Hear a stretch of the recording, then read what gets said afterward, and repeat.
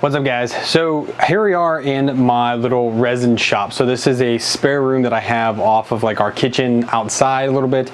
So this is where I do all my resin printing, and here I have my resin 3D printers.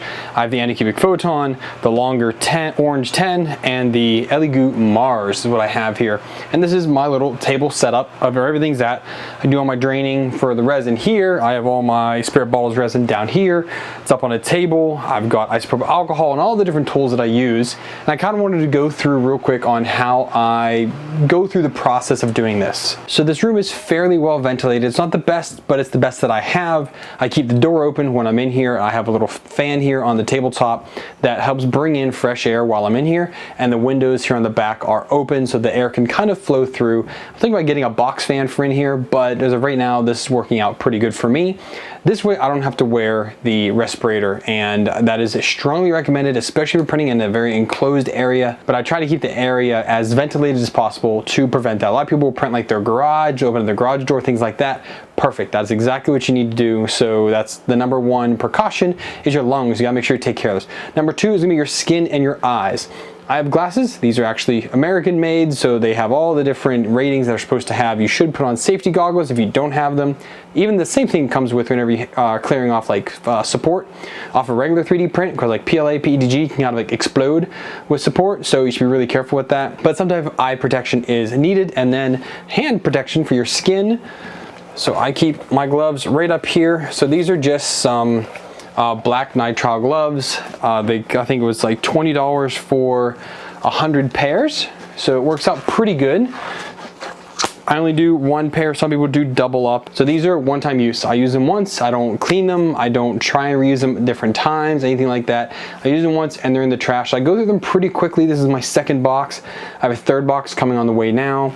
So I try to do several prints at once, then I can do all of them at the same, clean them all at the same time, and it saves me materials and it saves me time as well, because I can just kind of chuck through them. So today we're gonna be working here in the Elegoo Mars. So yeah, we're in the Elegoo Mars today, and I actually printed out a little guy. It's a Groot on a throne from the Weekster guy, whatever his name is. And this is it here. I know it's really hard to tell all the details here. We'll take it upstairs when we're done so you guys can see it all.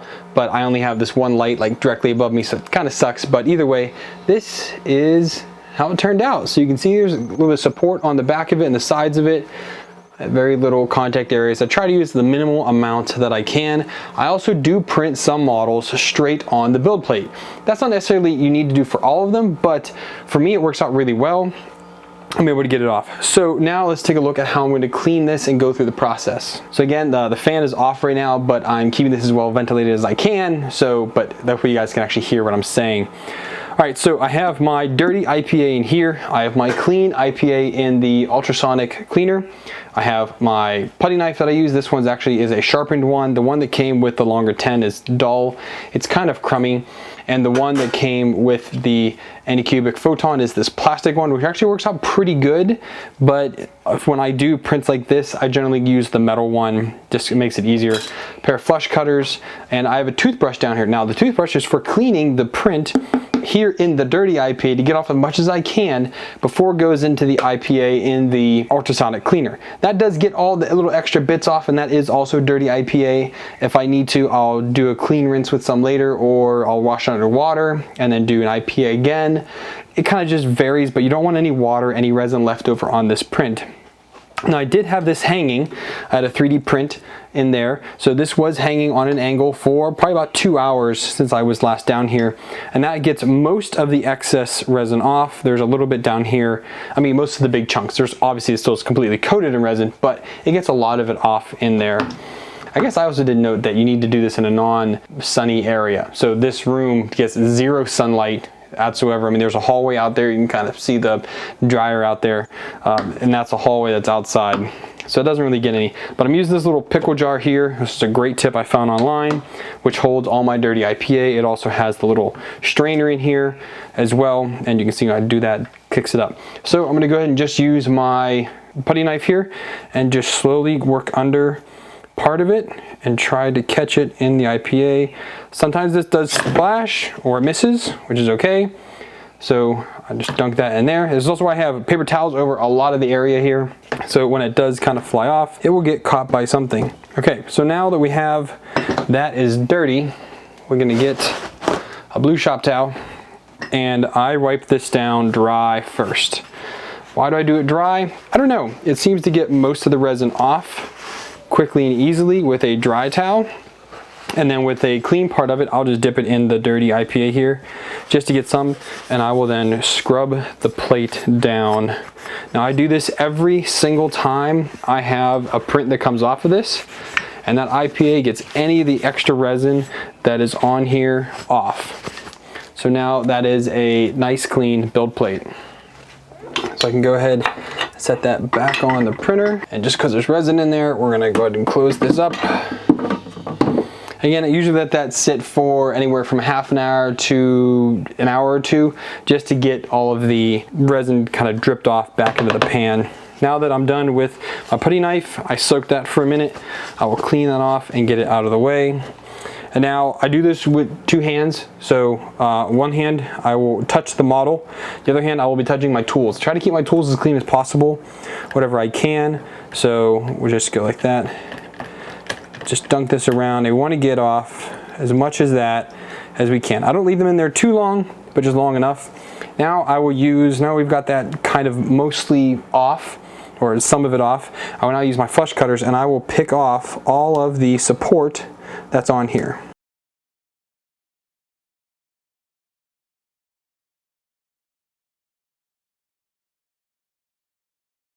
So I'm pretty sure that is all the support off of there.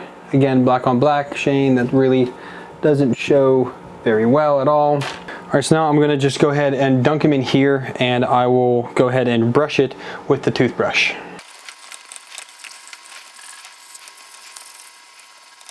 I do brush this in the IPA mostly.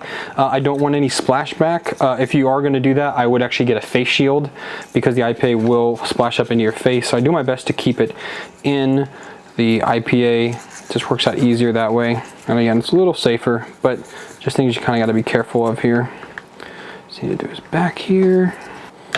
Once I feel that I've gotten most of him cleaned, just take a quick look. Make sure I got all the support off of them again. I think that looks okay. And now we'll move over to the ultrasonic cleaner. Now sometimes I'll use the basket. He's a little bit bigger, so I'm not going to use it this time. I don't have a whole lot in there. It just barely gets covered. And I'll just set this for, we'll just do 2 minutes will be fine. This is super loud, so I'm not going to keep this going the whole time. I did want to note something about this. Now mine here has a heater. I don't use the heater at all. I never touch it. I never turn it off. Sometimes I'll actually turn the temperature all the way down on it just so it's down. So I can turn this all the way down if I want to. So even if I accidentally press it on, I can. I actually just had to plug this back in. It resets back to 50.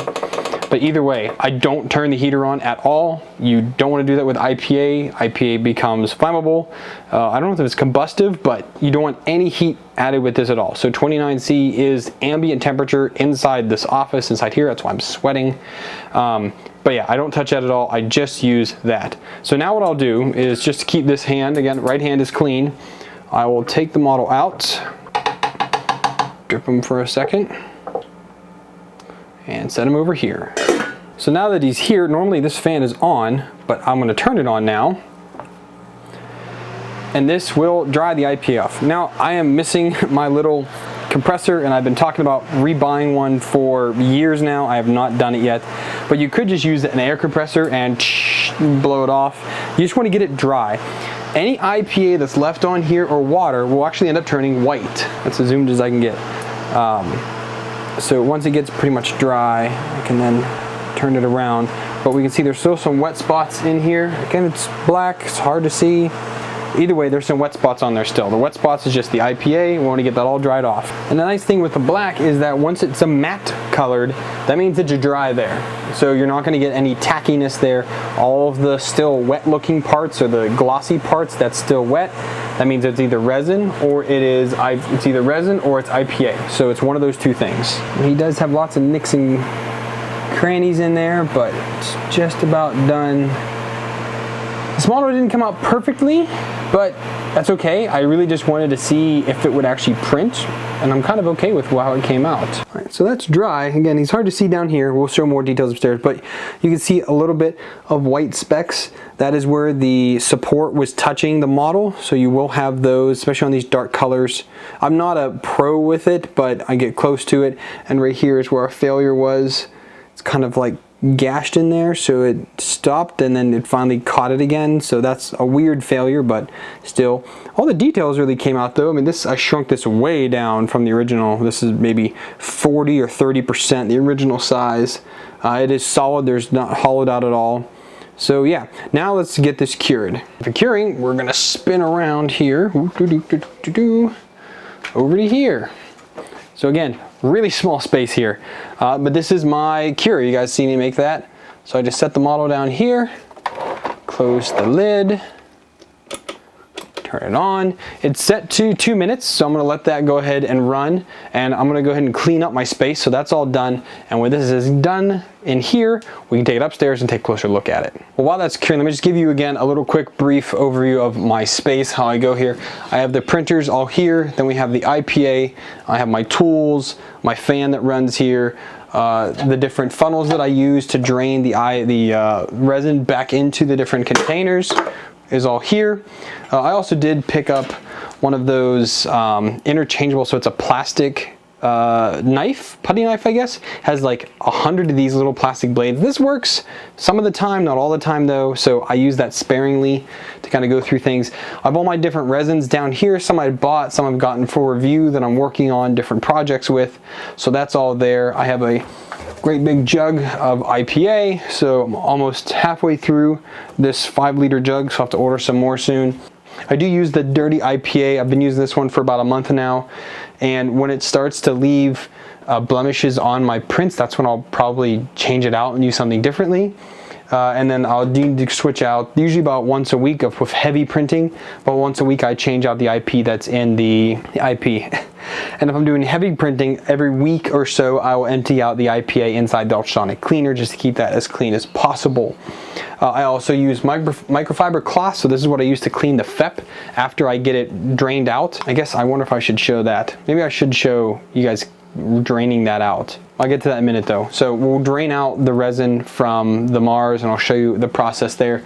But that's for cleaning. I have a bunch of those. My shop towels, gloves, other IPA. I have a ton of the little filters. I bought, I think, 100 pack or 50 pack for maybe $10 on Amazon. These are just paint filters. They work out great. I use these little mini squeegees here. So I use these for cleaning out the vat, so I can just kind of scrape up very nice and easily. These are rubberized, they don't leave any marks on the FEP, which is good. And the last thing I do have here is a piece of printer paper. So this is cut to size to be able to fit inside, or at least the Photon and the Mars, between the two posts in there. And that way I can re-level the bed if I have to. That does happen if you have to really rank on one of these build plates. You will loosen it or it will move a little bit. So you kind of got to be a little careful with that. But yeah, let me take you through how I drain out the resin and clean one of my vats. So the way I do this is completely unnecessary, but it just works out well for me. We're gonna go ahead and loosen up the screws and bring that out. Set it down.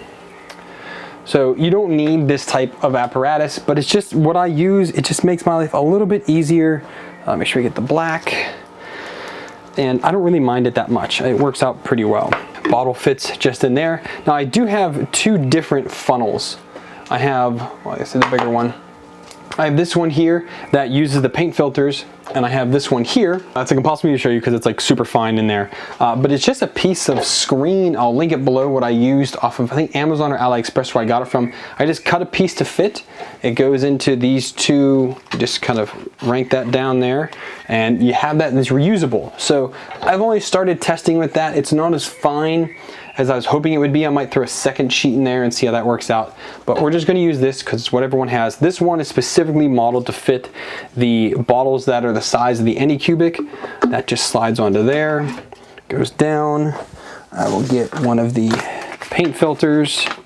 I do fold this a little bit to kind of get it to fit fit a little bit more rounded in there. That just goes like so. Now here's the kind of tricky part. You can do this multiple ways. Again, just setting this down on the ground and setting your vat in there will do just fine. I like having a little bit of separation. So I would pick this up and I will very carefully pour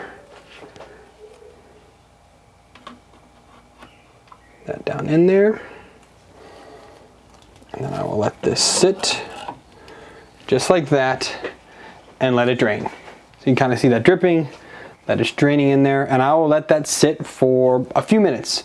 Now what you will see, depending on the color, you'll see it all of a sudden start to just go down the FEP, which is good. You want to see that.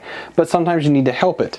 You can use the plastic squeegee that comes with the Photon, or you can use these little plastic squeegees that, again, I bought off of Amazon, and just give it a little bit of help. You can see the color difference there when I do that.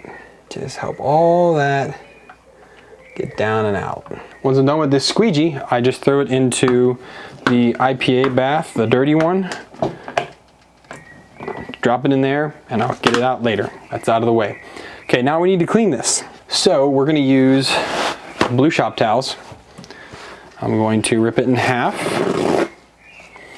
And the first pass we're gonna do is with dry.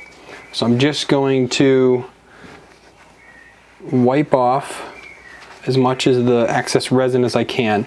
Now when I'm wiping, I'm not touching the FEP. I mean, I am, but like I'm trying my best not to touch it. Just getting the outside walls to get as much of that resin off as I can. So this can be discarded in the trash. Now, what we need to do is, I have a small bottle of IPA, and I will just pour a bit in there and swish it around.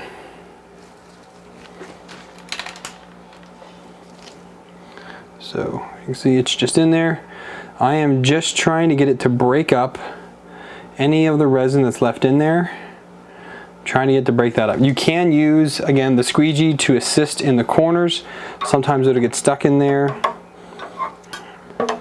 Along the edges a little bit here and there.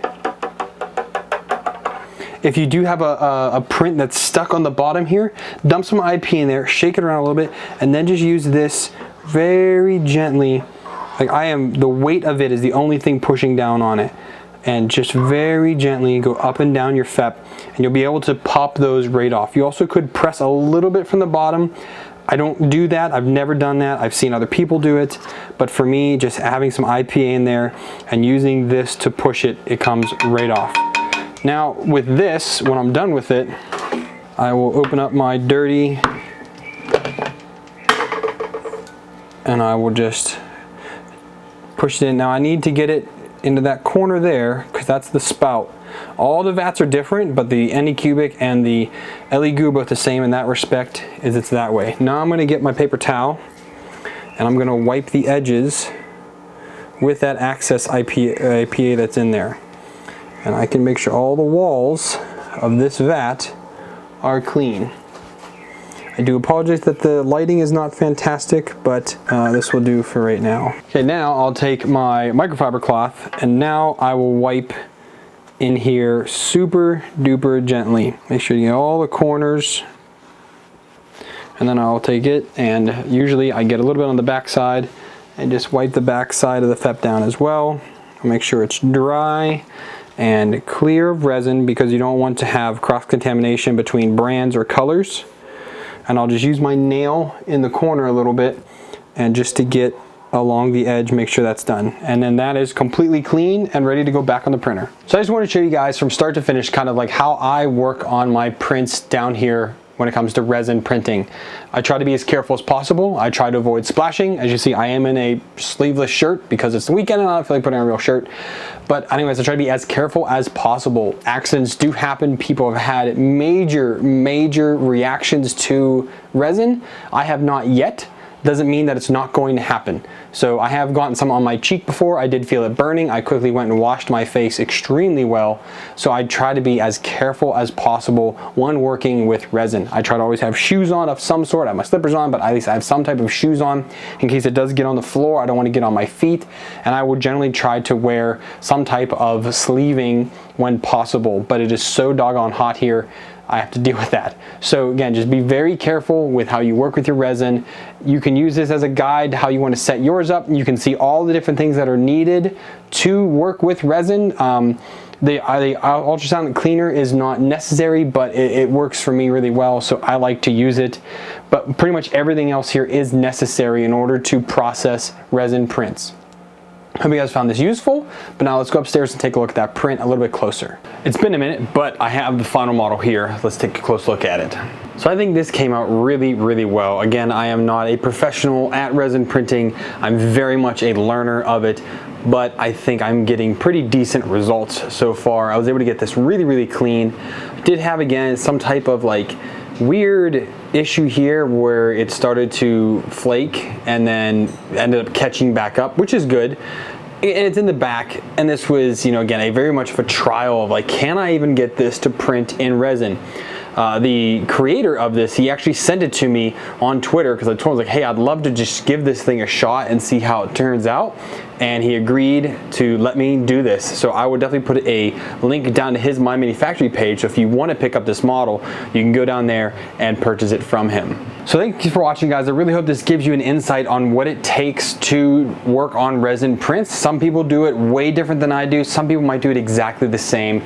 The point is everyone has their own way. As long as you do it safely, we're all good to go. That takes about 15 to 20 minutes for me to clean off just one print, but again, I have 3 printers down there and I try to get all 3 going at the same time, and it's very easy for me just to go boom, boom, boom down the line, 1, 2, 3. It only adds an extra maybe 5 minutes or so on for each print, which isn't too bad. Sorry that was a little bit longer than I intended, but hey, you guys got to see the process, and if you want to check out any of the stuff that I used in this video, make sure you click the links down the video description. They'll all be down there for everything. If you have any questions, please leave a comment, or if you do things differently, let me know in the comments. Maybe I can optimize the way I do it, maybe I was able to help you optimize, or maybe I was able to help you show what it actually takes to work on resin prints if you don't know. So again, leave some comments down below. Hope you guys are a subscriber. If not, hit that subscribe button, hit the bell icon, you get an email notification when I upload new content or do any live streams. I'm back doing a lot of videos, so expect my live streams regularly. If you like the video, you know what, give it a thumbs up, thumbs down if you didn't. Either way, I want to hear from you guys. Leave those comments down below. Check out the links. Become a patron if you want. There's lots of ways you guys can support me, or just watch the videos. It's pretty cool. Thanks for tuning in, guys. Until next time, happy printing.